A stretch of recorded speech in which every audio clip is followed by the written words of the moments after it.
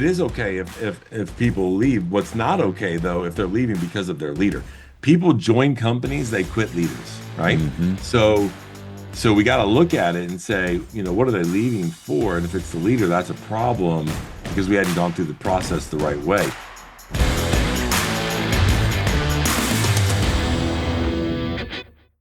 Hey everyone, welcome back to Forge, a podcast. I am excited for March because we started a leadership category, a genre for March that's all about leadership.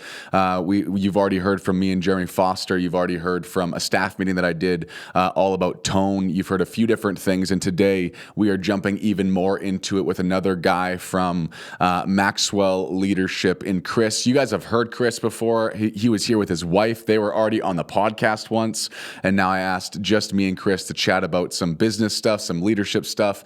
And so, I'm excited about it. Chris, why don't you, in the beginning of this, just, you already kind of mentioned it to me before we even started, but what do you do for Maxwell so people understand what brought you to where we are today? Yeah. Hey, Zach, it's good to be with you. It's good to be obviously with those that are listening real time, or maybe you're working out, or who knows, maybe you're on a hunt, whatever it is, and you're trying Yeah. to get better. I love people that are invested in their own personal growth, and the fact you're doing a leadership series. I'm honored to be here with you. Well, Mm. I've been with John a long time, and what I say is I'm the one that knows where all the bodies are buried. That's about what my job description is. So I've been with Yeah. John on and off for about 27 years. I took a little sabbatical in the middle of it because uh, in what I do, we travel a ton, and I just needed to be home more as we were developing our family and doing things. But this last run, it's been 13, maybe 14 years, the second run with him. And my main focus is there are there are people that are in teams of any sizes, organizations, for profit, nonprofit, publicly traded, private, that they need to better their people skills. They need to understand really leadership. We say all the time around Maxwell Leadership, everyone deserves to be led well. Well, if that's true, well, we got to train them and we got to develop them. And so that is what my team and I do in organizations around the world every day. Mm. We are training, coaching, or consulting on their leadership culture or their leadership development inside the organization. And so it doesn't matter the industry, right? Matter of fact, you'll enjoy this. I'll be traveling somewhere and someone will strike up a conversation on a plane or something, and they say, tell me what you do. I tell them a little bit, and they're like, yeah, we don't need any of that. And I go, do you have people that work for you? And they go, yeah. I go, well, I don't know about you. I work for the number one leadership expert in the world, and we got problems. And we have problems, including starting with myself, because we have people, right? Hmm. And so we're in the people business, and that Hmm. just happens to be in everybody's 9 to 5 world, right? We're in the corporate space of it. So absolutely love doing it. Have an incredible team. And we've had the privilege of working with some big companies that we've seen shift, but also very small startups that we've seen accelerate because they decided to take an interest in developing their people. Hmm. Yeah, that's awesome. I think it's funny when people talk about leadership, or they talk about different things about not needing certain things, or Yeah. like you just said, it doesn't necessarily come from an arrogance, but at some point, I think this is what John says often too. At some point, you might find yourself in a position where you are leading above your level, and then things start to get a little bit stressful. You start to feel like you're a little inadequate. You feel like you might have a little bit of imposter syndrome, and the fact that, how am I Yes. here? Some of the leaders under me seem to be better leaders than me, and that's why Yes. even last episode on this week, me and Jeremy covered the leading yourself a lot, right? Mm. Because most people, if you're having, I mean, you could probably touch on this better, but a lot of leadership problems, would you say that it stems from their ability to lead themselves, like off the hop? Yeah, 100%. I was just having a conversation. This is a great question, a topic, actually, with a family member of mine. And we were talking about how as we grow, okay, you will develop yourself and you will begin to see separation. We talk a lot about the fact that you are the average of the 5 people that are closest to you.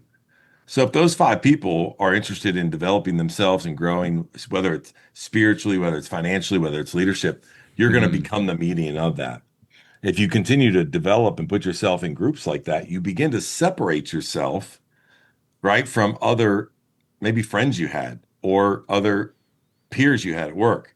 Well, the conversation I was just having with a family member was I even see that happening inside my extended family, not my own personal family, but with an aunt or an uncle. And I look at it and I look at those that are choosing to develop themselves and lead themselves well versus those that are complacent and don't. And you begin to see that gap that happens because of that growth.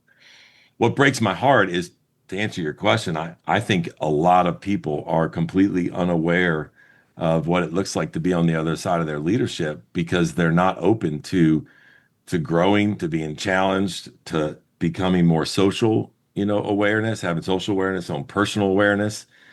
And I think the older that we get, or the longer that we have done what we are doing, I think the more unaware we become of where we're at.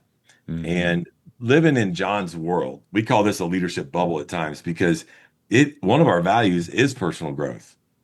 And it starts if you can't lead yourself, you can't lead anybody else. And we'll get into a little bit of the five levels, but one of the things at level one, when you're given the opportunity to lead and you're way above your head or you have that imposter syndrome, a lot of times people just lean on their authority because they have a title, right? Well, Mm. their authority, though, doesn't equal influence. And that may work in the short term, but if we don't figure out how to grow as people and as leaders, we'll never increase our influence. And so 100% it starts with us. It starts with us first. Hmm. Well, I think John says that in one of his books, or all of his books. Yeah, that's right. He literally says the hardest person you'll ever lead is yourself, and that is the truth. And whether that's discipline, motivation, I don't know. We can probably speculate for quite a while as to what kind of the major things are that helps you lead yourself, but ultimately it's choice at the end of the day and It is. prioritization at the top of it all. Because I mean, priorities come and priorities go, but sometimes we feel, I don't know. It's trying to figure out how you can grow your capacity and grow your lid, so to speak, and get to a place where you're leading above. Your leadership level is above those that you're leading, and you have to That's right. continually, especially if you got some amazing workers that are under you and some Oh, amazing leaders, you got to work yeah. hard to lead yourself and continue to Yeah. get higher and higher and higher. Otherwise, at some point, they're going to outgrow you, and then you're in maybe a bigger pickle. And that pickle, what's going to happen, I see it in organizations, is that those rock stars for you, they go somewhere else. Mm-hmm. You lose that talent when they know that they're outpacing their leader Mm-hmm. in that growth space. Leaders, when you talk about the law, you talked about the lid there for just a minute. Organizations will never outgrow the capability and the capacity of its leader. Mm-hmm. So you could take that and you could say it's the same thing for a team. It's the same thing for a volunteer group. It's it's the same thing for the family. And so if that's the case, then we need to make sure that as leaders, we're continuing to pace ourselves. Now, it's a choice. Here's how I get over that choice for me. Because I'm the best, I don't know about you, I'm the best salesperson I've ever met. I can Mm-hmm. talk myself in and out of anything that I want to, Mm-hmm. especially when I'm on the road and I'm looking for a milkshake, right? I'm like, man, I worked Yeah. hard today. Yeah. Um, I have to set up a system. I have to set up a process that drives my own personal growth. And then I have to commit to doing this. I have to commit to share what I'm learning. So one of the best practices I have around this to make sure that I continue to do this, especially in this organization, is every Monday when I have all my teams I meet, with on Monday. And one of the things I'm very intentional about is spending the first couple of minutes modeling this personal growth for my team by sharing what I'm learning. And it could even be experiential learning. Hey, man, I made this mistake last week. I reflected on it. I realized that this was my responsibility. This is my fault. I take ownership of it. And this is what I learned from it. Or it may be as simple as, hey, I was listening to this book and I was digging into it. And man, this is what I learned. And here's how I think we can get better.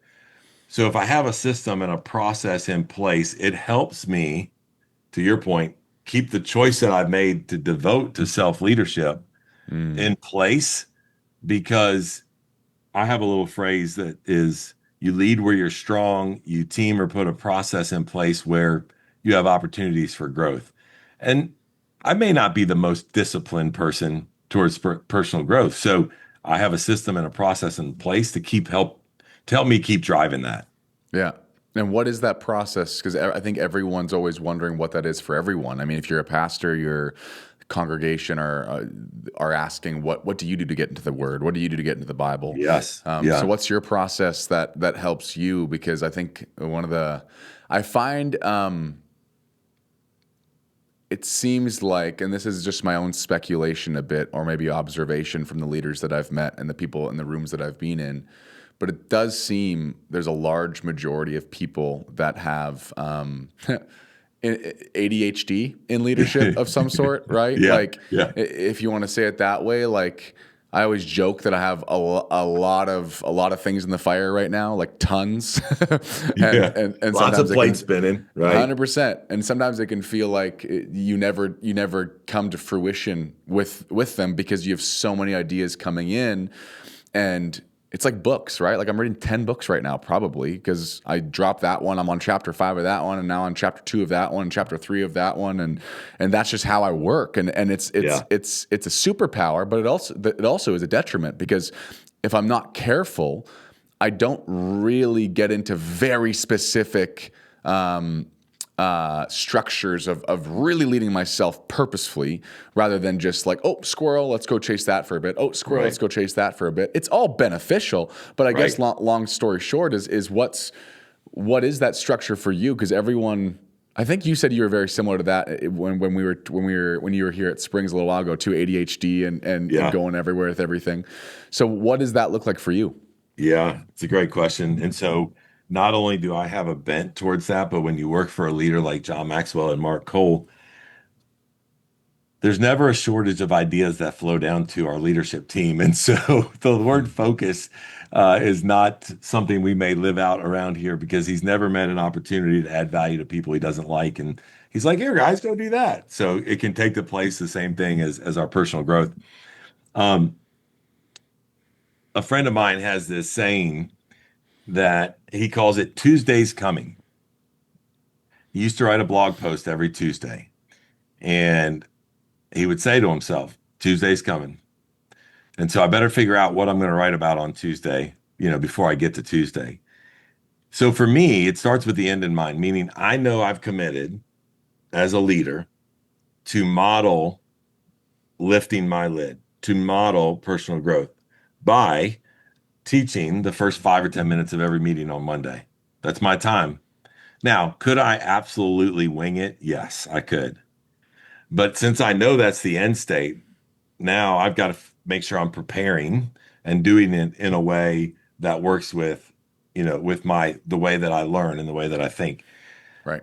So our office and our headquarters is in Atlanta, Georgia, here in the States. And if you are familiar with Atlanta, what you know is we've never met a day that doesn't have traffic that takes a long time to get to work. And I'm happen to be an early riser.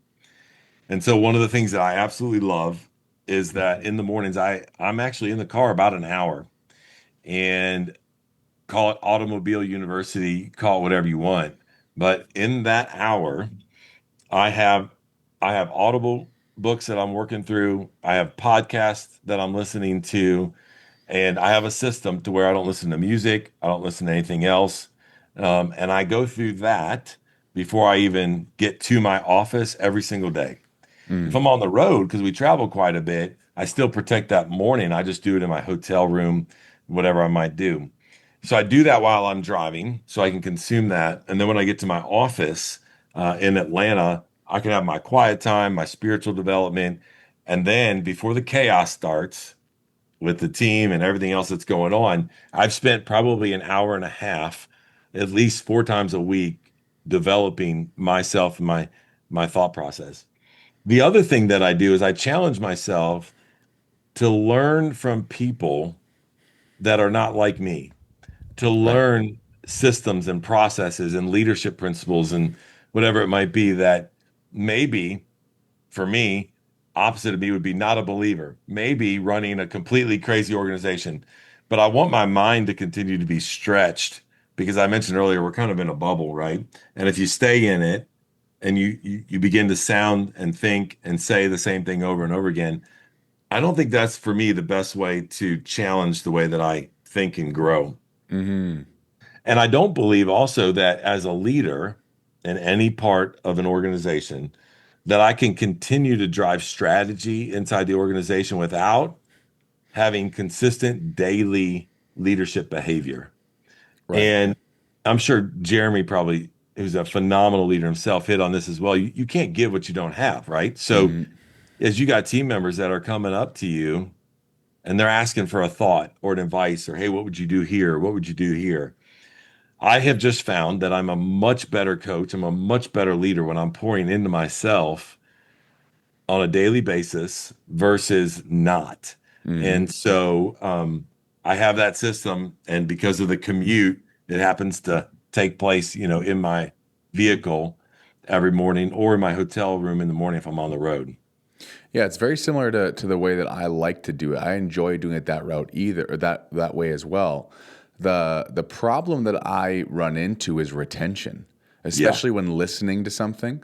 When Yep. you're reading a book, yes, it for us that's difficult because Yeah. that means you have to sit down and do one thing at a time, not Yep. more than one. When you're driving, at least you can listen to something and you feel like you're doing multiple things. But the retention's hard. If I go through a paragraph in a book and I'm like, whoa, what was that? I can read it again. I guess you could just hit back 15 seconds or back 30 seconds on the Audible, but what Yeah. do you help?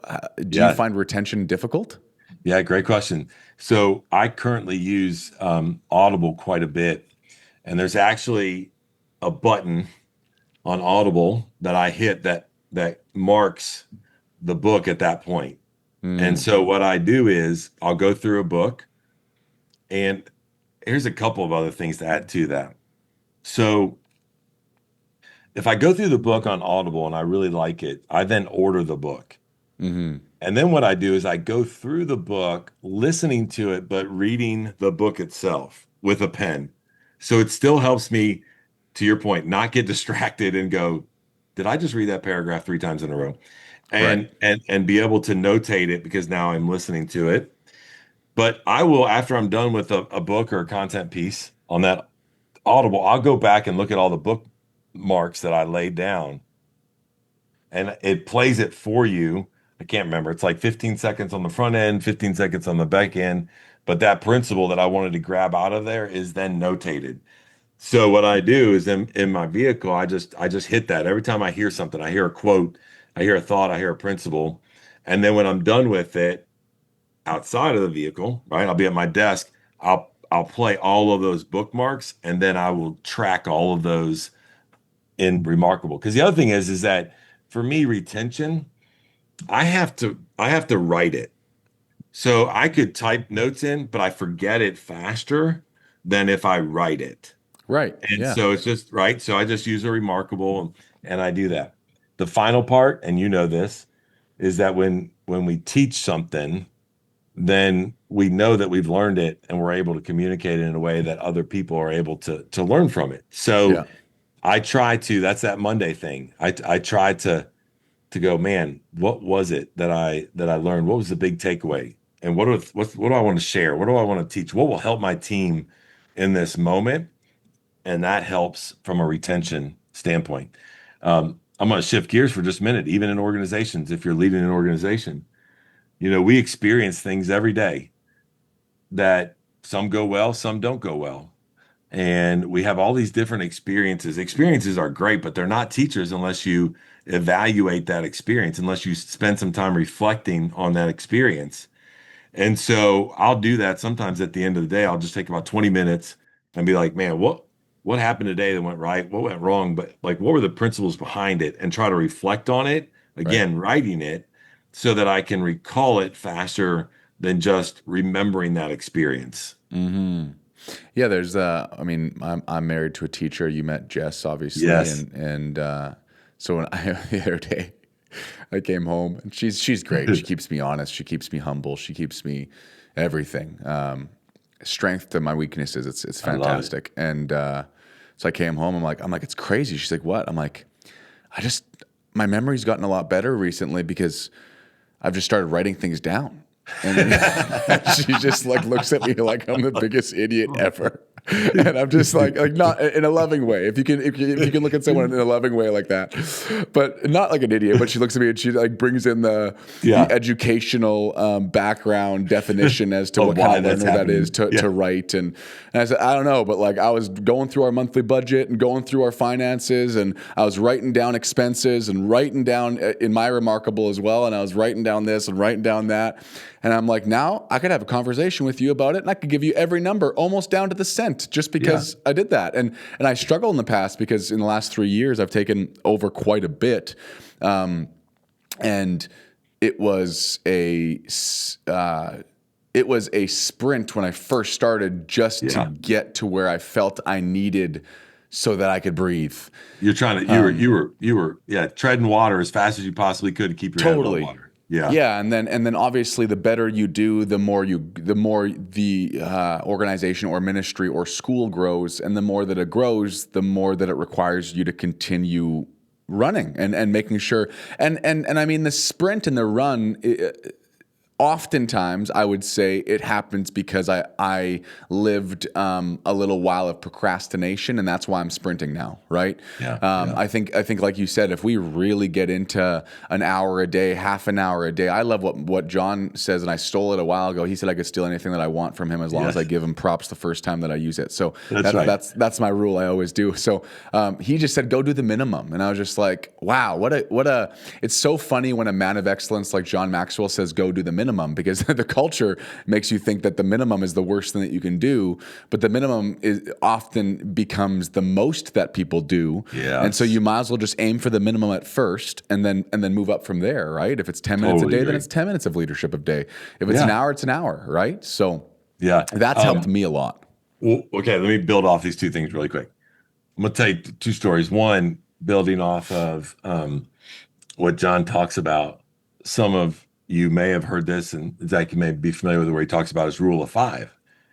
Now, here's a guy, right, that 30 million, I don't even know where we're at, 30 million copies of leadership books, right? Like, people are like, how do you do that? Like, what do you come? He goes, oh, yeah, it's very simple. And they're like, no, it's not. Yeah, it's not. And he goes, oh, yeah, no, it's very simple.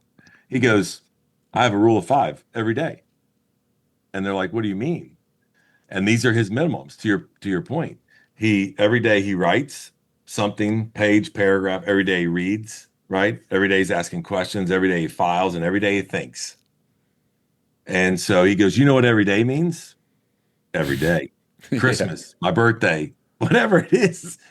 And so all of a sudden, right, like he's getting ready to write a new book on communication, and he goes into where he filed, because he's written every day, he's read stuff, and he pulls out an entire filing cabinet on communication, and he starts formalizing his thoughts, and he writes a book because every day he has set that process up to where he does the minimum. And I do think, especially maybe for guys like you and I, like, okay, I'm going to achieve and think high expectations, and then I just get disappointed because first couple of days I didn't live up to what I thought my expectations were of being better. And this is where this other story comes in, is to your point on the minimum. Perry Holly and I do an executive leadership podcast every week. And one of the things he has taught me is he calls it the irreducible minimum. And I'll never forget, his son was working his way up through the Chick-fil-A organization, and he wanted to become an operator. And he was working for some incredible operators. He was going through the right training, the right programs. And Perry asked his son one day, he said, hey, what are you reading? What are you learning? What are you growing? He's like, nothing. And his dad said, well, let me just tell you something. If you want to get out of the people pile, if you want to begin to separate yourself, you probably had an irreducible minimum in reading books and content. They'll take you places that you'll never be able to go, right? And so he's like, all right, well, tell me a little bit more. And he says, I bet that if you challenge yourself to read 2 pages a night, before you know it, you're going to be through a book. But your irreducible minimum has to be those 2 pages. Right. Fast forward the game film, Couple years later, he's now operating a Chick-fil-A. He was rookie of the year, got another store, right? He's reading books all the time. He's investing in himself. And so, to your point, you got to have something that's just that minimum to get you started because it becomes contagious and it's a momentum Yeah. once you start doing it more. But you got to start, to your point. It's a choice and you got to start. I love the irreducible minimums. I think people need to start doing that. And I've learned in my life it's pretty quick to not. I don't know. I've learned in my life that it's if I don't write it down, I don't make a plan, and I don't do those types of things. I can talk about it for a long time. I've been talking about working out, going back to working out for a while. And one of the guys in our church, he works out all the time, and he comes up to me on Sunday, and he's just like, "So how's your workouts going?" I'm like, "Non-existent." And he's like, "Ah," and then we started joking around, and I'm like, I know, I need to. But this is what I'm saying, right? You need to have that irreducible minimums, and what does that mean? Well, What is that? well, yeah. What is it when you get on the Yeah. paper, right? If it's 5 for John, well, physical activity, I would imagine, should be on your 5 of most Yeah. leaders that wanna Yes. go the long haul, anyways. And what's that irreducible minimum? 15 minutes a day. Like legit, like it could be 15 minutes a day, and you're probably going to do hours and hours and hours and hours more than what you would have done if you wouldn't have at least That's right. strived for that 15 minutes a day. And so, same thing goes with all the books and different things, and it's important for sure. I love that irreducible minimums. I think that's something that a lot of people need to take out of this, because leadership, like you said, it seems like there's more people I've seen pumped on growing in their leadership before they have leadership capability, or leadership responsibility. Sorry, and the guys that are in leadership right now and trying to work, like there's more self growth happening in the young bucks right now that don't have much that they're heading up than the guys who have been in it for a while and trying I to agree.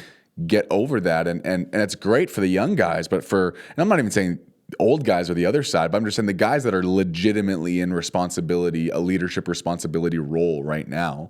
Yeah. It's not hard, and I think that's what I really want to articulate to everyone right now. It's really not hard to do your irreducible minimums, right? So I agree. that's the only thing. Yeah, but. So back to the 5 levels of leadership. So level 1? Explain level 1 just briefly, because it's not the one that we necessarily have to focus on too long, and then the transition into level 2. Yeah. So John developed this model, this methodology around leadership years ago, and it was the first chapter of a book called. It was really developing the leader within you, but the model was the 5 levels of influence, and he then it got so much traction they asked him to write an entire book on it, and he did. And they changed it to the 5 levels of leadership. So as we're talking about this, I do want you to think about your personal influence, because it's really what this is about. And at level 1, John says you have influence with people because of your title, whatever that Mm-hmm. title might be: mom, dad, grandma, grandpa, boss, manager, night shift worker, I don't, right, driver, doesn't matter.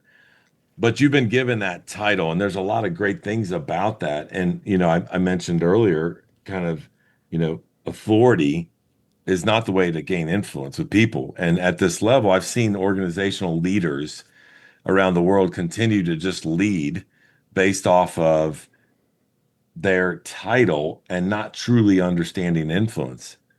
And when that happens, what it actually creates a lot of meeting chaos, role confusion, accountability breakdown for the wrong reasons. There's low trust in leadership direction. Mm-hmm. And so what we got to make sure at this level is the organization thought enough of you to give you this opportunity to lead or Mm-hmm. be called a leader, whatever it might be. And now it's your responsibility to make it the best. It's the starting point, right? It's like, here's where we go. Like, I got an opportunity. And this goes, by the way, even if you're in an organization, like if you had a staff member that's been with you for a long time and you promote them into a new role, they need to be very aware they're now in a new role with a new title. And sometimes that title walks in the door before you do. I'm just going to give you a little hint, right? So, like, here comes the manager. Mm-hmm. Everybody look like they're working. But here's the key part of this, and this is where that shift happens, and you begin to understand I've got to increase my influence, in a different way, is that your title walks in the door before you do. How people then experience you as a leader is what they then begin to expect of you, and that Mm, becomes your leadership style. The reason I mm, say that here is because I really believe this is the beginning of what our leadership brand is. So mhm, what's those that are listening, right, or watching, what's your leadership brand? What does it look like to be on the other side of your leadership? What would the people say are the attributes about your leader? That's what's happening right here at level one, is that we're molding and shaping the story behind our leadership. And so we want leaders at this level to be curious. We want them to help create clarity. We want them mhm, to have self-awareness, because this is kind of the beginning of that influence journal at level one. We then transition. I'll talk about level two just for a second. This is really the foundation for me, and I think the most important part of this model. At level two, John talks about, hey, we got to connect with people. We got to build relationships with people in order to increase our influence, because we want people that want to follow us because they want to, right? This is where people are giving us discretionary effort that are on our team. mhm, And what do I mean by that? I mean, they're thinking about our business when they're not at our business, right? They're mhm, thinking about how to connect with people in a way that is different than just building a relationship with them. Because if we're being honest, we don't want or maybe even have time to build relationships with everybody we work with. mhm, But there are ways that we can connect with people. And when you connect with people, you begin to build trust. And man, I think trust is the currency to all leadership. And so, how do we go about doing that? mhm, And and that's that transition, because you want to go from people at level one because your title following you because they have to at level two, they're following you because they want to, because you have connected with them. You're leading yourself well, first of all. You have a great leadership style and brand, representing well. And then now, man, you're connecting with them. And there's these three questions that I tell leaders your followers are asking of you all the time. Matter of fact, right now, if you're listening, you're probably thinking these of your leader. And they're really, again, simple questions. I work for Maxwell Leadership and John, so we keep the cookies on the bottom shelf. First question: does my leader care for me? mhm, Right? This is that connection relationship question. Do they care for me? Second one is, can they help me? This goes back to what you and I were talking about a little while ago about why we need to be developing ourselves, yep, right? Because if we're doing that, we're going to be able to help people because of what we're learning and we share it. That's the competence question. And then the third one that they're asking about their leaders all the time is, can I trust them? This is what made me think of it when I just talked about trust. That's the character question, right? And that starts showing up here at level two, and people are making a decision whether they want to follow you or not. mhm. But here's the question within level two, there's going to be some leaders, some people out there right now that are over some people, over staff. I mean, whatever, volunteers. It doesn't matter. I don't Whatever. want Yeah, to. that's I right. don't want to No. pigeonhole it, but they're talking about time management, and they're talking about how to get to know everyone. Some of the first questions that I can get from people is, how do you value everyone that is reporting to you, or everyone that's under you? Or you have some people that are ahead of 150 staff that might be listening to this, right? And you have some that are department heads over 5 staff. Obviously, the lesser amount of numbers is much easier to get to know and value those people. But what would you say to someone that maybe has much more people they need to figure out how to value than the time that they have to show genuine value, and not make it seem like it's just a fickle thing, right? Like, Right. oh, he's just doing his normal rounds. He's going to ask me how my day was. And, oh, yeah, how are the kids? It's like, it's not genuine. Like, getting to people wanting to follow someone, they need to feel genuinely cared for, not just, here's the 5 statements and 5 questions I ask all of the staff as I get to their offices. You know what I'm saying? Yeah, totally, totally. So, love this question. There's so much to unpack in it. even down to really what's a healthy direct report number for a leader, right? But, Mm-hmm. and the reason being is, let me tell you this. So I do a lot of reading and studying in the Harvard Business Review and Gallup, right, around culture and team dynamics. And the statistics are horrible. I mean, they're bad, especially the engagement level. Like the current engagement level in most organizations is right at 30%.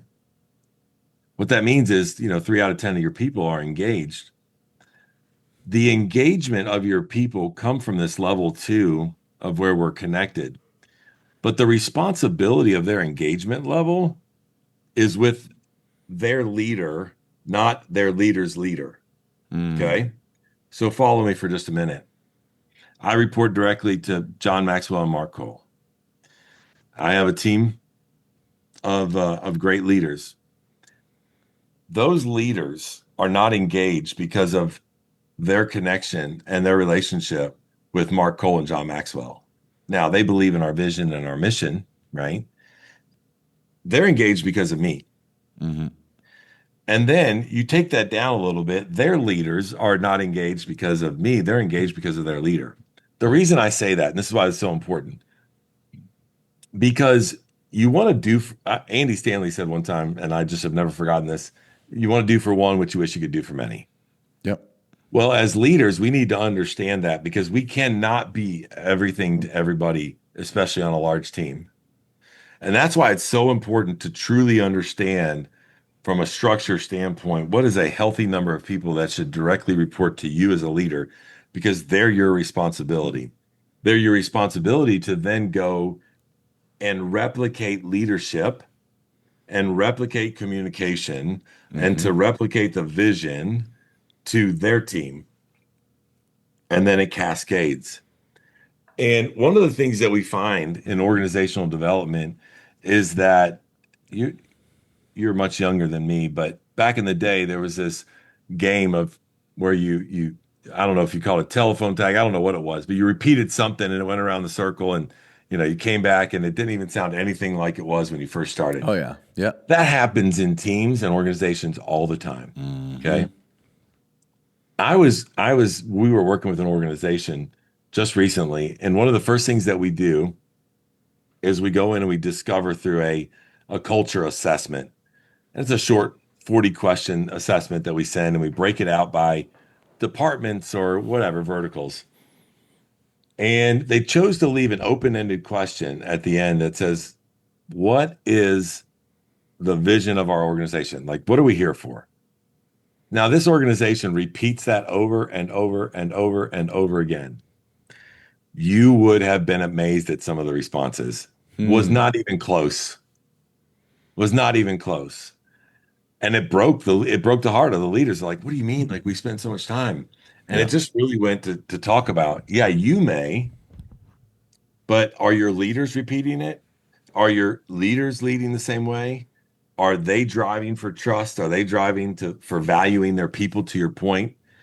So on your example of, hey, employee number 150, the leader may never even interact with that employee.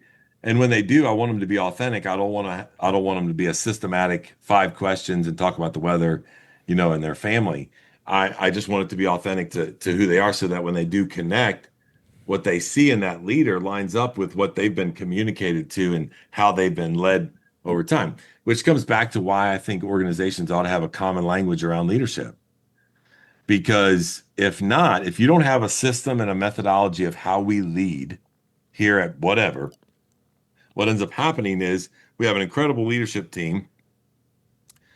They may think about or define leadership differently. And so when they leave our leadership meeting, they go out and then they start leading their 5 different verticals how they want to be led, and then you begin to get an unintentional subculture of leadership inside the organization versus it starting at the top saying, this is the common language of our leadership. This is how we're going to lead. This is what it looks like. This is how we're going to value people.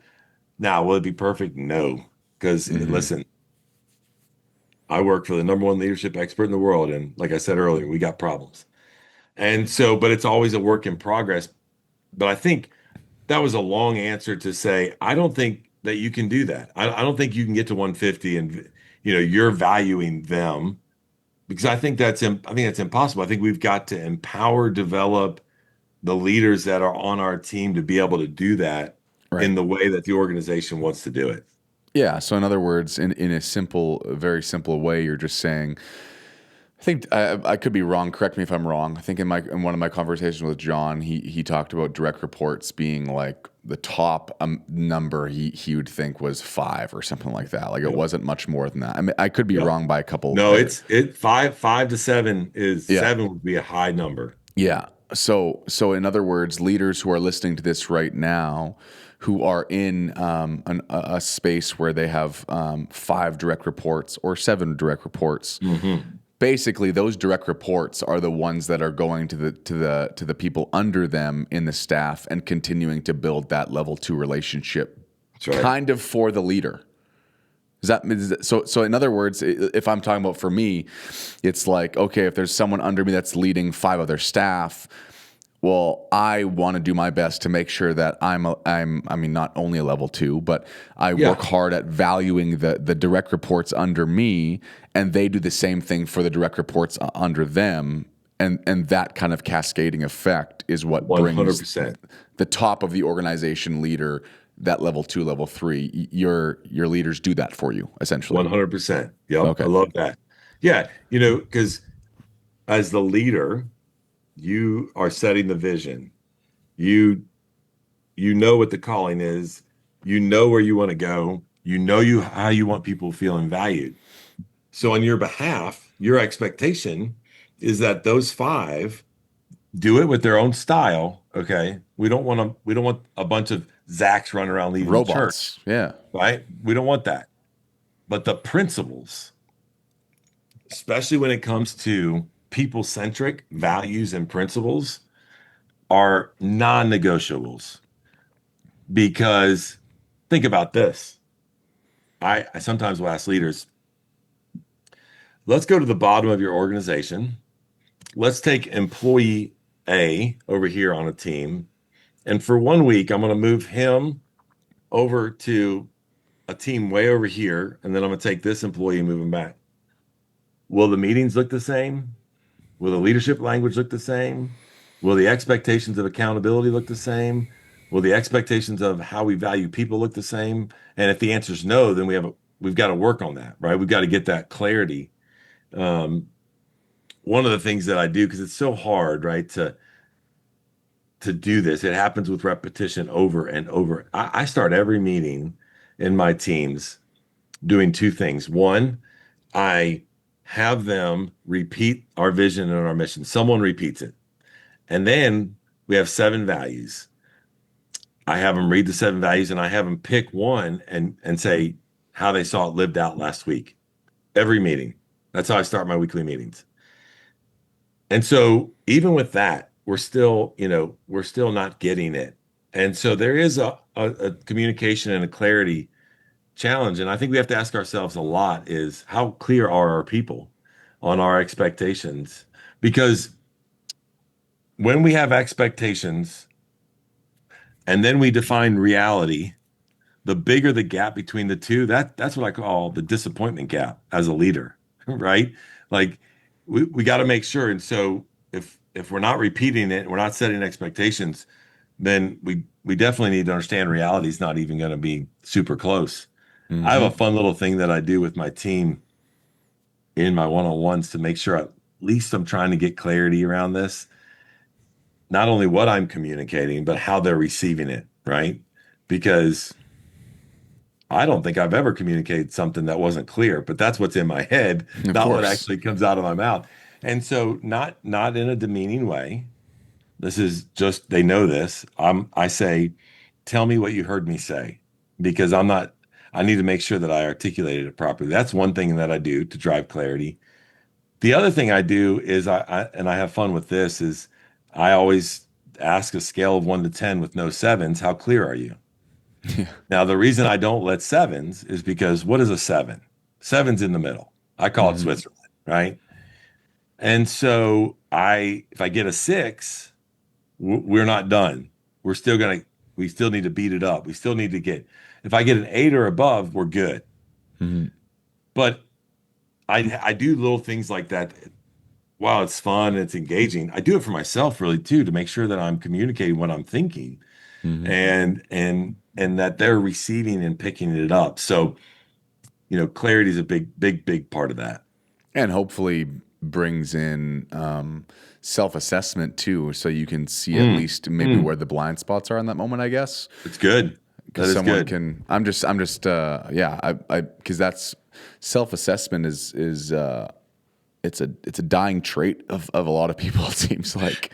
um, and yeah, it's like I think you said that in one of your staff meetings. That one time you did a staff meeting here at Springs, I think you asked who knows their blind spots or something like that, and Yeah, then it's like, you don't know your blind spots, so that's right. stop. That's why they're blind spots. Yeah, exactly. You are blind to them, and if you think you know them, then we're not talking about the same spots. So, And what's surprising about that is, and we talk about this, is that, and back to your kind of developing yourself and your self leader, the great thing about bringing this up is that you don't see them because they tend to be on the other side of what your strengths are. mm-hmm, So you're we are all fearfully and wonderfully made.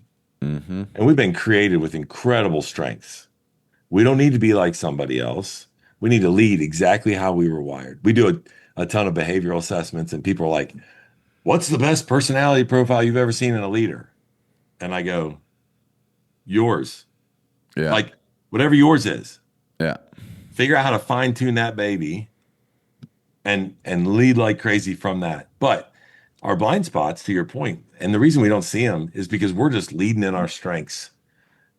Well, what ends up happening is if we overuse those strengths, that's the blind spot. That's where we're running over people. That's where, because we're just leading, like how we know how to lead, and we're coming in making decisions, and we're letting being too collaborative. mm-hmm, Well, if you use it too often and too much, that overused strength becomes a hindrance to your leadership. And if you're not, to your point, you're not self-aware, which I do think is a fading attribute of leaders, mm-hmm, then you never even pay attention to that. mm-hmm. Not to switch a little bit of Yeah. topics at all, but when leading a meeting, I'm trying to think about some of the questions that or problems that people that are listening might encounter, and I think meetings are a tough Mm. one. There's Hmm. been books written. I think one book someone told me they read recently is called "Boring Meetings Suck" or something like Yeah. that. I'm like, that's a good book title. Um, Yeah. and so when you lead meetings, I think a lot of people probably need a little bit of, I don't know, maybe understanding of what it actually means to lead an effective meeting. And if you just go from what you do to limit, and in the church world, I don't know, I'm not in the business world as much when it comes to that kind of stuff, but in the church world, I feel like we're bad. I mean, churches, not for profits, those types of, in general, I think we're sometimes bad for Mhm. making a 20-minute meeting an hour and a half. Right. Right. And maybe that's just as bad in business or not. But No, it is. what are some things that you do to effectively lead a meeting? And I guess this would probably go into level 3 leadership a little bit with It would. productivity and showing your staff that you can get things done at the time frame that you give. But sorry, I'm talking in circles now. What are some things that you do personally to lead an effective meeting, and maybe it'd be a better way of saying of like what your irreducibles are of every single meeting, or Yeah. what your 5 things that are non-negotiables, you know? Yeah. So good question. Really good question. It does happen. To your point, it happens in corporate America all the time. Mm-hmm. And some are better than others. It's interesting because one of the things that we're doing right now is we are trying to become better at running effective and efficient meetings. No one wants another meeting on their calendar. Okay. That's not what we need. And so one of the things that we've done, and I don't know if you want to put this up to your listeners, and Zach, if you want to take a look at it, is that we built meeting templates based around the 5 levels of leadership. Again, we want this repeatable common language of how we do things, right? So culture in its simplest form is how we think, act, and interact. Hmm. So how are we thinking, right? How are we acting every day and how are we interacting with our customers, with our members, with our staff? What does that look like? And what we've found, even internally in Maxwell, is that, again, back to leaders leading with their own language, well, they're also running meetings differently. And we need there to be consistency across the board.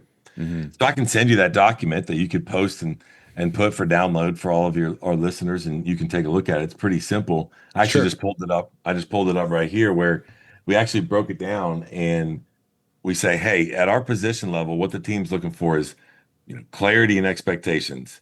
And then what we did is we asked a couple of questions in there. Hey, what were your top priorities last week? I want to go ahead and share them with this is in a one-on-one meeting, right?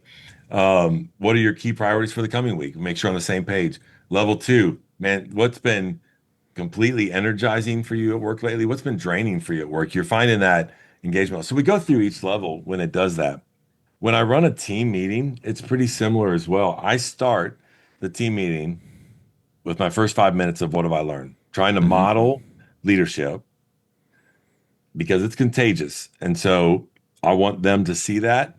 One, it helps me, but two, it helps them and the team. The second part is I will use about 5 to 10 minutes to connect with them in some way. Hey, tell me my meetings are Monday, over the weekend. Don't elaborate on it. I just want to know what was your personal highlight over the weekend? Go around the room.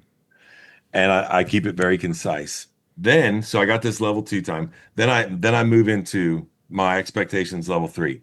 And that is where we talk about the priorities. That's where we talk about the results from the previous week against what they said they were going to do. One of the greatest things that I like to do is to share everything with everybody because it's great when it comes to peer-to-peer accountability. Mm. I'm sharing everybody's data and the numbers and hey, here's the three projects that you were going to tackle last week. Give me a status update on them, right? Then at the end, thinking about level four, the people development level, again, I'll synthesize what we heard. I may add some context. I may throw a leadership principle in there, and then we wrap and get out. Mm. You lead them though, depending on your natural wiring. What do I mean? We're either naturally wired towards the level two relationship side of influence or the level three of getting things done. And so you've probably been part of meetings where it was like a drill sergeant, right? You came in and it was like go time. Yep. And then they walked out and you're like, how you doing? Have a good day, right? It's like, wham. And then you've been in some meetings where you're like, are we going to talk about anything today besides, what everybody watched on TV last weekend? So Yeah. you have to have that blend. And that's where we have a little structure and a template because if it was just up to me, I would lean in level two, right? I'm like high fiving, let's have fun. Oh Man, yeah. is see that game on. And Me then we get too. to the Yeah. last 10 minutes and I'm like, okay, we probably ought to talk about our results from last week. Yeah.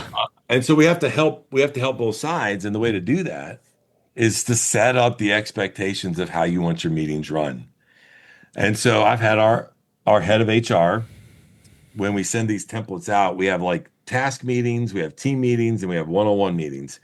And she'll send a video out. Hey, just a quick update. Here's how you run this meeting. Here's how to use the template. If you got any questions, if you feel like you're having to deviate from it, let us know. We want to get you back on track. Bam. Mm. Right. And we're trying to set up the ability to duplicate that because Right. meetings, to your point, man, and especially in corporate America, there's so much time wasted in meetings and there's way too many meetings. Um, the other thing I would say, another key principle about meetings, if they're not adding value to the meeting, why are they in the meeting? Like let Hmm. them be doing what they need to be doing Hmm. versus coming in there and just sitting for 30 or 45 or an hour or whatever it is. And so be very strategic in who you're inviting to these meetings. And then you can send a recap out to people that maybe need to be aware of, but they weren't going to add value to the meeting. And too many people go, we need to invite these 12 people. Did you really need to invite these 12 people? And so I would just challenge people to look at it and say, who's essential to be into the room to speak into this? And then out of that, who is it essential we communicate to about the results of the meeting? And I don't think people think about that ahead of time. They just invite both parties, and then you're wasting the time of those that aren't going to be able to speak into anything. Mm. Yeah, no, that makes sense. That makes a lot of sense because it's kind of funny the route of these meetings. Sometimes they go, and I mean, we've all been in them where you're like, Oh, "Holy yes. nuts, what was that for?"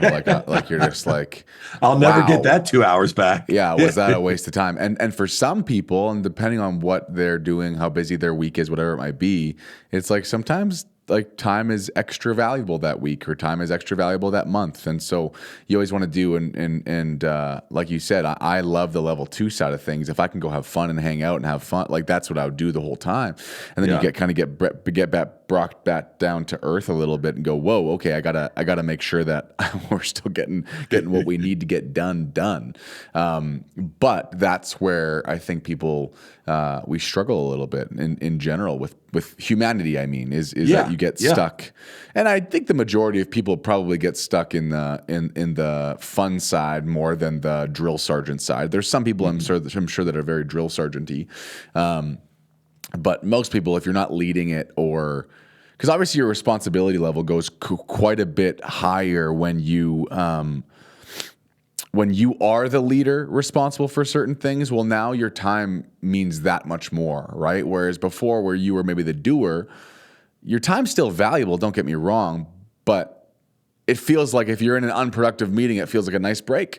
You're like, oh, this is kind of nice. I get to chill and this is good and it's technically work, right? Yes. Whereas what I've found with my life is that now it's like you value the time that you have much more because I need to choose when I have my breaks. I need to choose of when I take the breaks. I need to make sure that if I decide to take an extra hour here, I'm taking that hour from something else. It's not that I just like, 5 o'clock, I'm done. You know what I mean?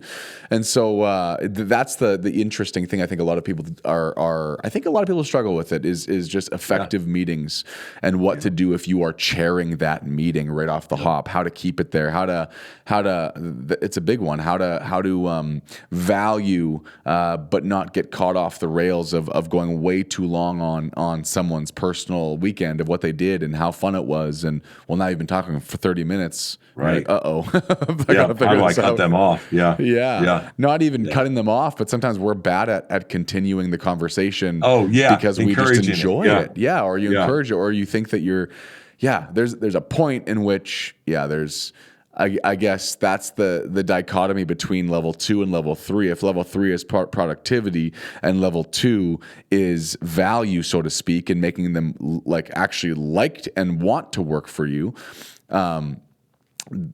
I find it difficult a little bit to walk that line between level 3 and level 2. Right? Is this a time for productivity, or is this a time to make you feel genuinely valued for who you are? That's a tough one, but it is. Yeah.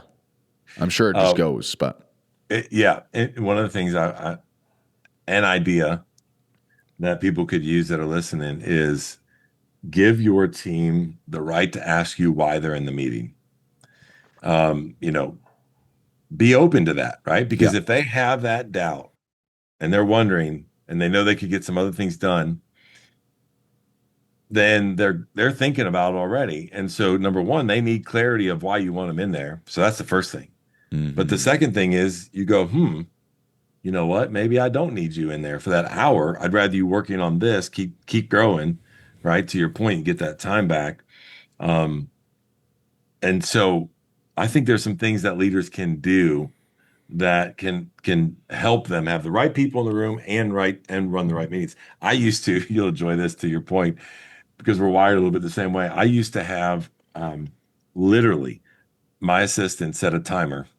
And it would just, the phone would go off and be like, "That's enough level 2 time, Chris. We got to go." Right? Like she would cut me off because and then the team would laugh and they know it's for me, but it also helped me then transition that into the level 3 part of our meeting.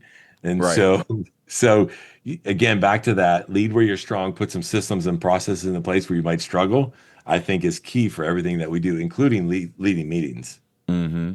So if level 3 is, I get, what's the proper way of saying level 3? I've always just said productivity, but that's it. Yeah. Okay. John calls this the production level, right? This is where we say you're producing, you're getting things done in the organization. People are looking at you and saying, "Man, he or she's getting it done."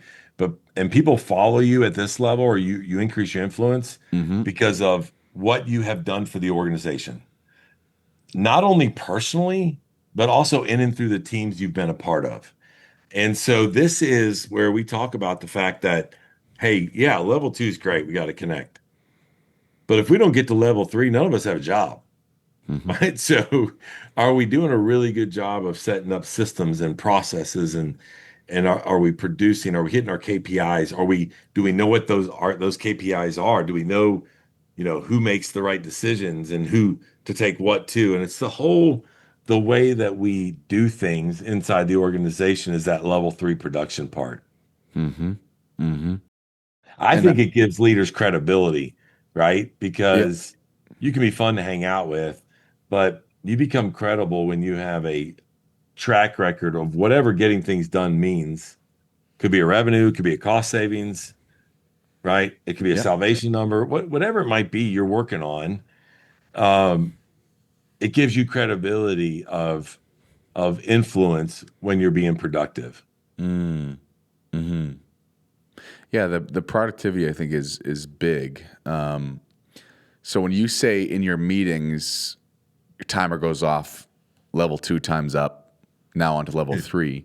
What's Yeah. that transition look like? You're just going after numbers, you're going Yep. after results, Yep. you're going after priorities, you're going Yep. after what was last week. Okay. So it's just And straight. Yeah. what I do is I put the onus on the leaders in the room, right? Like they're all self-reporting. We're looking at one. I have a little phrase that I use, which is individual responsibility, collective pride. Okay, we're gonna all have pride in our numbers, and if one person's struggling, whether it's a project or a number, whatever, like we're all there to lift that person up. So you better have collective pride of what's going on in the room. Don't check out when Zach's reporting on this and Chris is reporting on that. No, no, no. We're the most important team that you're a part of is that team. So Mm-hmm. don't come in defending your team. We're Mm-hmm. collectively here a leadership team, and so I then transition that into the leaders reporting in their areas while we're showing any type of metrics or whatever might be showing compared to what their goals were that week or whatever, right? So the team, and that's where that peer-to-peer accountability comes in, and everybody kind of knows what everybody's working on, where we're going, what we're driving for. Now, Right. it's not the details, it's not the weeds. If we need to go into them, I expect the leader to be ready to go into them. But it's this that it's their responsibility. And John made this statement. Oh man, it was a couple weeks ago, and I can't stop thinking about it because it's a simple statement as usual, but it's very profound if once you unpack it. He said, "Do you have a team of leaders or do you have a leadership team? Because it's a big difference." Hmm. And I was like, hmm. So we're in the car together. We were heading back to, I don't know, the airport or something. And I was like, hey, let's talk about this for a little bit, man. I love that statement. Unpack it for me. And he goes, yeah, it's simple. Like a team of leaders will be out reproducing leaders, and we're going to have a multiplication fact. A leadership team, they are a structure. They may just be doing addition. They're not necessarily thinking about developing other leaders. They're thinking about just getting things done or task. And I was like, oh, this is really good. Like I got to think about that because I would say most of us lean in and go, we have a leadership team. But if I had a team of leaders, man, what could we do? How many lives could we be changing? What would the impact be of that? And that was a very interesting little shift for my mind when he said that a couple weeks ago. Yeah, and that is very smart. The multiplication aspect of it is good. We say it at least Springs quite a bit. Is if you're not developing yourself or duplicating yourself into someone that's under you right now, like, and maybe in the business world, I've heard this in the past that the business world can feel, well, I don't want to duplicate Yeah, myself because then I'm going to get yeah, replaced. that's Yeah, right. Yeah, and for me, it's like if you ever get replaced, it's because that's a good thing. That means that you're going somewhere else that I need more work done on.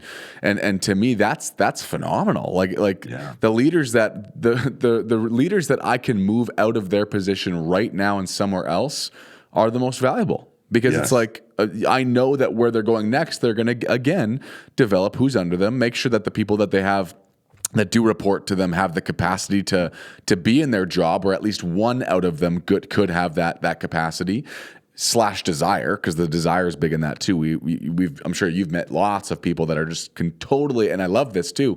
You need a large majority of these in every organization that are completely content at what they're doing and continuing to do it Yeah. effectively and good, Yeah. right? Yeah. So I love that aspect. So now we have level 1, obvious. Level 2, we have more about influence, more about value, more about caring about the person. Level 3, productivity. They now do their job better with you leading, basically. And then level 4 is now you're creating leaders, right? Is that what level 4 is? That's it. That's where that's that people development side. Like you're just talking about what you guys do in your staff. And this is in organizations. This right here is a huge need. To your point about leaders feeling like they're going to keep everything close to their chest. There's a lid. I call a lid on organizational growth at level 3, because people get 1, 2, and 3. But when they get to that people development level, they kind of shut down a little bit, and they're not reproducing leaders like you talk about, right? So we're not going to expand if we don't have enough leaders to expand. And by the way, I always am a proponent of organization having a succession system, Yeah. not just a plan, a system. That means at every level in your organization, to your point, we should be thinking about who are we developing. So Yep. what is the succession system? Because when you do that, man, it's so much better. And the data follows this. It's so much better to promote internal people that get the culture than to bring in external people that don't and may have a better skill set. Now, Mm-hmm. I shouldn't say it never works. It works, but not like it does, that I talked about initially. It made me think about, I'll tell you this quick story. I'm a big fan of the sports world, and I read or listen or watch anything that comes out about Bill Belichick or Nick Saban. I may or may have not seen somebody in your studio with a New England sweatshirt on. So I'm going to tell you this New England story. Yeah. So Belichick, in one of his books, he talks about had this up and coming rock star on the staff that was at this video production level, and an opportunity came available for them to get promoted to the next level, whatever that might have been. I don't know what it was, on the field scout or analyst. I don't know. So a guy by the name of Cliff Daniels, who has been a head coach and is a successful coordinator in the NFL right now, was in that position. And he came to Bill and he said, "Hey, coach," he said, "I want that role. Like I'm ready for that role. It's got my name on it." And he said, "Man, you're absolutely right. It does. Can I ask you a question?" He said, "Yeah, what's up, coach?" He said, "If I were to promote you into that role, who is going to do what you're doing as good as what you're doing for me right now?" Mm-hmm. And he didn't have an answer. Mm-hmm. So Coach Belichick said, "If it's open up next year, I'll consider you again next year. We'll see you back at the same role you're in right now." Yeah. Right? And that's that seriousness of it, is what does that development tree look like that's underneath your leadership? Mm-hmm. That's the greatest return. The greatest return for leaders is watching other leaders flourish and develop. And, I don't know, Mm-hmm. you're getting into a season of your life where you've added value to a lot of people and leaders. And man, when you see them just excel, like there's something inside me that's like, that is awesome. Oh Like yeah. that gives me a greater return than anything else. Mm-hmm. And so why would we not think about doing that more often for people? Well, and the beauty is too, if you do level 2 effectively, that person that you have raised up to level 4 now through your leadership, they genuinely still want to be with you. You know what I mean? Like That's right. I find you because you got to drop off somewhere in there. If you don't take your time with level 2, I mean, maybe you can skip past it a little bit, like do the bare minimum for level 2 and still get to productive. And you might have a pretty what's the word? A person that's pretty self motivated to continue up the ladder, but you didn't do level 2 very well. They get to level 4 still, but they didn't get to level 4 to serve the ministry. They got to level 4 to serve themselves, and then they move That's somewhere right. and go somewhere That's different. great. That's a And great so I point. think it's something very, very important for every leader that's listening to realize that if you don't do level 2, and you can correct me like in any way, Nope. I'm just speaking, Nope. but if you don't do level 2 effectively, you'll get your leaders to level 4, but they'll leave because now they have people they can go do this wherever they need to do. They can and the point isn't I've died to caring whether people leave too. Good. You know, Yeah. I care because I care about the person, but I don't Yeah. care Yeah. because I'm not in the business of convincing you to stay. Right. If you're coming to me at that point, well, I just already know that God has someone that's going to be a great fit for the role that you're going to leave behind. All the best, man. Hug, love you. Let me know how I can support you in any way that I can. Boom, and Yep. there it is, right? But it's very important, I think, for everyone to realize that are listening to this right now that when we get into the leadership avenue and you're going through level 1, level 2, level 3, level 4, getting out of level 1 is probably, do you think that's probably one of the hardest jumps or no? I do. Yeah. I do because, and it has to be because that's where the majority of the leaders that I see around the world stay. I said one time I was talking somewhere and I said 70% of the leaders that I interact with lead from level 1. And then the next sentence I said, isn't it crazy that there's only a 30% engagement level? And then all of a sudden I just paused because in my head I thought, well, there's the answer right there, right? 70% are leading from level 1. You're not getting engagement level. So those 70% that are not engaged, that's because you're leading from level 1. So Mm-hmm. something, right, is hampering them, to your point, from investing and getting over that hump of beginning to think about how do I connect with my people? Do they go to level 3? Sure. But when they do it and they don't do it, to your point, at level 2 really well, what ends up happening is those people don't stay. Mm-hmm. And it is okay if people leave. What's not okay though, if they're leaving because of their leader. People join companies, they quit leaders, right? Mm-hmm. So we got to look at it and say, what are they leaving for? And if it's the leader, that's a problem because we hadn't gone through the process the right way. If they're leaving because of another reason, and we've done a really good job at working to get to level 2, level 3, maybe level 4, hey, it's okay. Like hey, I'm gonna love you. Like you said, I want to add value to you as a person. I'm here to serve you anything you need, but it's okay that you're Yeah. gonna leave. And you got to be okay with that because it's gonna Mm-hmm. happen. It's gonna Mm-hmm. happen. So, and we've been going for, I don't want to disrespect your time. It's over an hour now we've been going, which is great. But if I were to ask a few more questions, do you have the time for just a couple more questions? Absolutely. Yeah, absolutely. First question, level 1. So to get to level 2, there's level 2 that's enacted in meetings, in everyday walking about, in those types of things. There's also level 2 in taking time to value the person through doing no work and getting out for more of a relationship lunch or a Yeah. coffee or a and I think that's important too. Where is, again, for those listening right now, where is the difference between doing it in a meeting, in a workday where you can add that value? Hey, how's the kids? How's your weekend? Oh yeah, wasn't that game sweet? That was such a good game. It's crazy when they almost scored that goal. Whatever. You go Right. down that path, they feel like you care about them, right? How's your daughter doing? And I heard she was sick last week. How's she doing now? Like those types of little things that start to really, really affect that.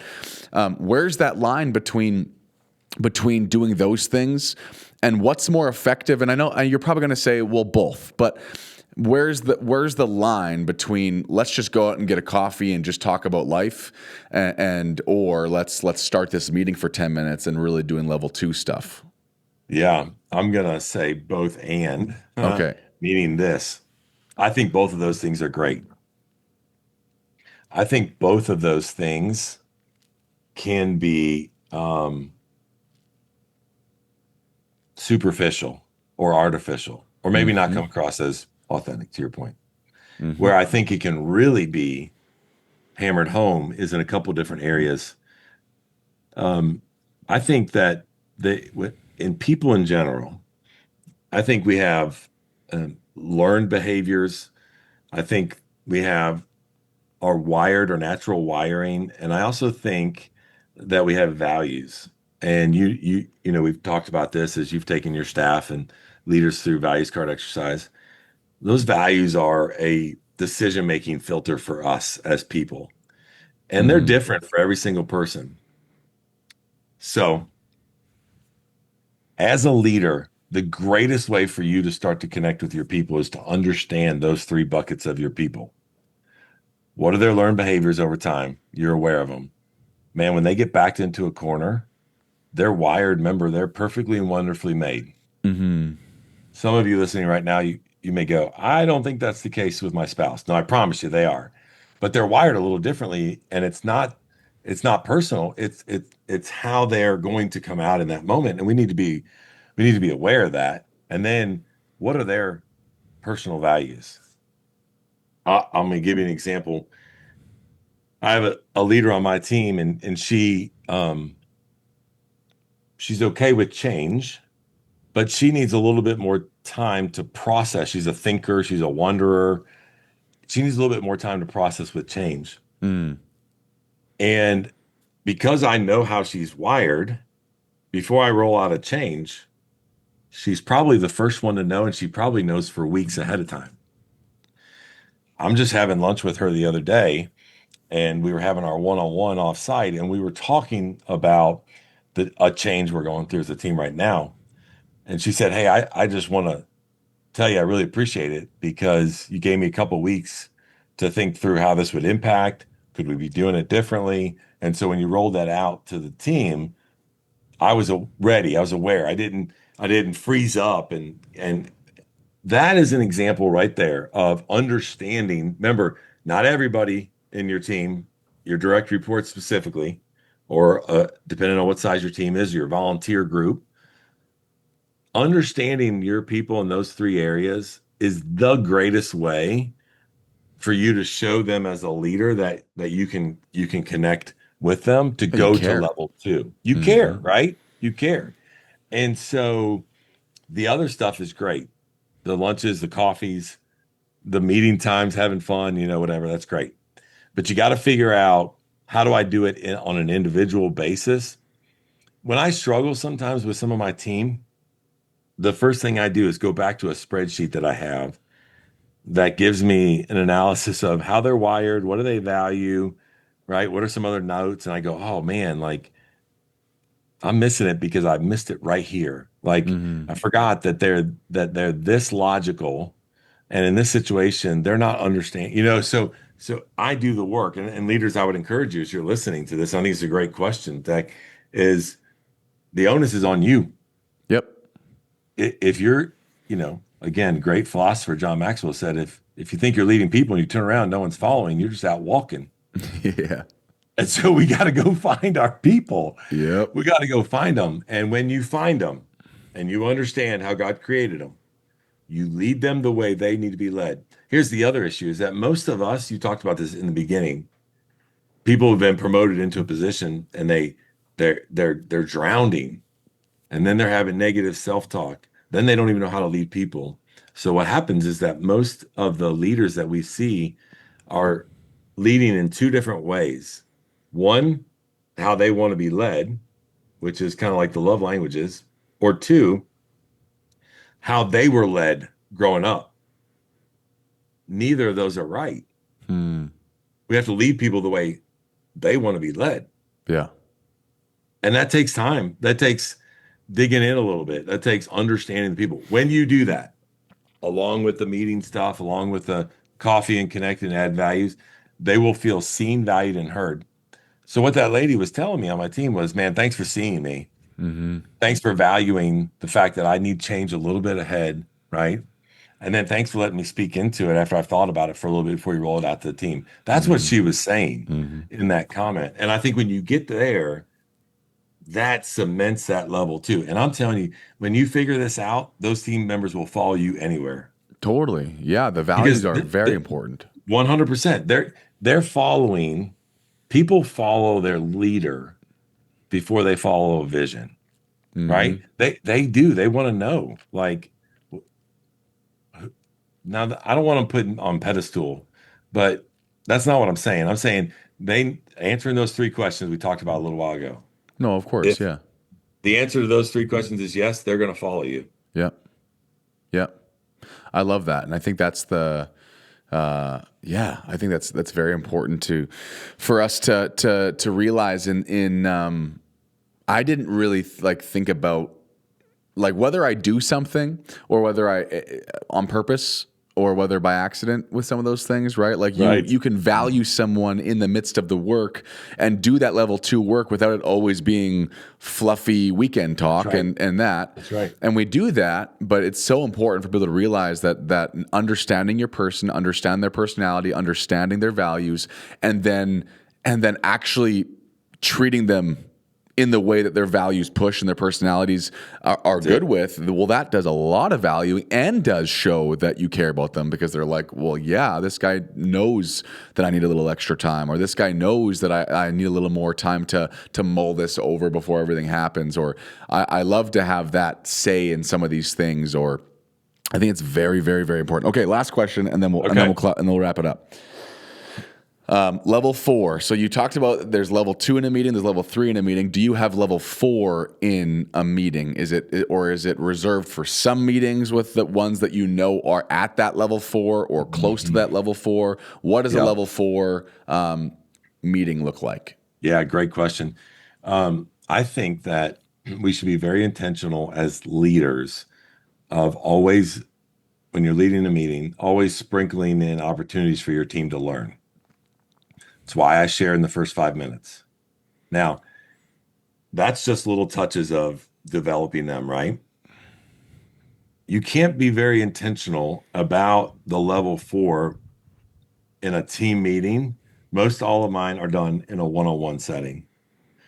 So, going back to the example I just shared with one of my leaders, the reason why we have a quarter, we have one-on-ones every week, but once a quarter, she has requested for a 2 hour, like outside the office, restaurant, or eating lunch, whatever.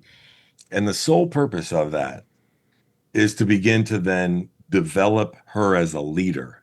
Now, we talk about some of the day-to-day stuff, but I've got to then come prepared. She comes prepared. And there's a difference, right, between mentoring and coaching in this process. I don't want to unpack that right now, but there's a big difference. And when I'm developing her in this case, in this scenario, I am taking her as a leader to the next level of leaders.